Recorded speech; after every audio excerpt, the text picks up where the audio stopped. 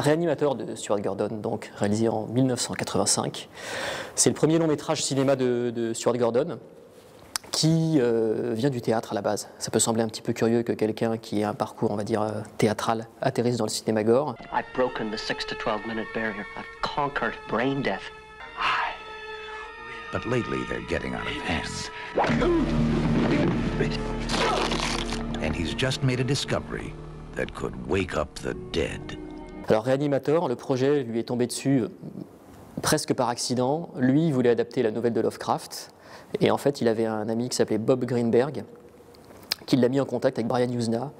Et Brian Yuzna était assez fébrile au départ, en fait. Il n'osait pas vraiment confier cette adaptation à Stuart Gordon. C'était un premier film et il le sentait peut-être pas suffisamment armé pour pouvoir tenir et mener à bien le projet. Donc il flippait un petit peu, mais finalement tout s'est bien passé. Stuart Gordon a assuré, a mené sa mission à bien. Cela dit, Brian Yuzna veillait au grain, il était toujours en coulisses. Il avait même pendant un moment pensé à embaucher un réalisateur de secours.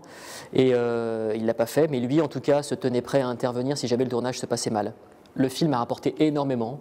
Il a eu des critiques dithyrambiques. La première fois qu'il a été présenté, c'était au marché du film de Cannes. Je connais des gens qui faisaient partie de l'équipe du journal Starfix à l'époque, qui l'ont vu dans la salle et apparemment c'était complètement dingue. Les critiques américains ont pété un câble aussi sur le film, notamment des critiques respectables tels que Roger Ebert ou Paul Hinkel. Donc des critiques vraiment bien installées et on va dire plus sensibles à un cinéma... j'irai pas jusqu'à dire conventionnel, mais pas forcément en tout cas spécialisé dans le fantastique et dans le gore.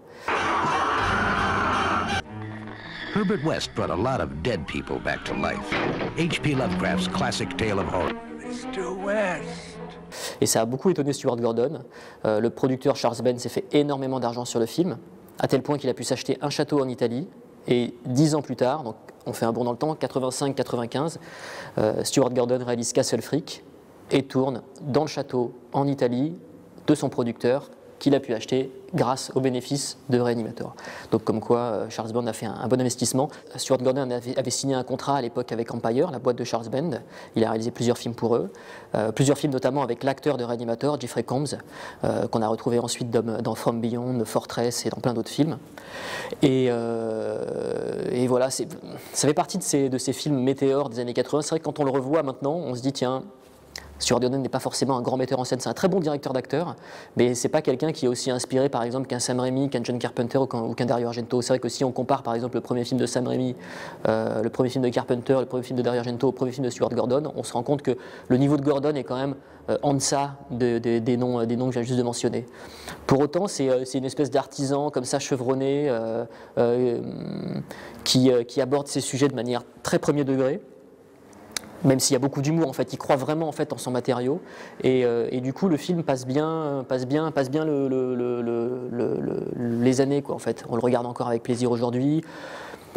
Il y a des choses comme dans toutes les productions des années 80 qui sautent aux yeux. La direction artistique est un peu vieillotte, la photo grisâtre n'est pas super belle, la mise en scène n'est pas ultra inspirée, mais rien que pour avoir créé une icône du genre horrifique, à savoir Herbert West, le film mérite très largement son statut culte. Statut ô combien galvaudé aujourd'hui, où le moindre film qui sort en salle et qui a une notoriété ou qui est super buzzé, en l'espace de quelques mois, on l'estampille culte. Là, pour le coup, Réanimateur a vraiment gagné ses galons dignement, quoi.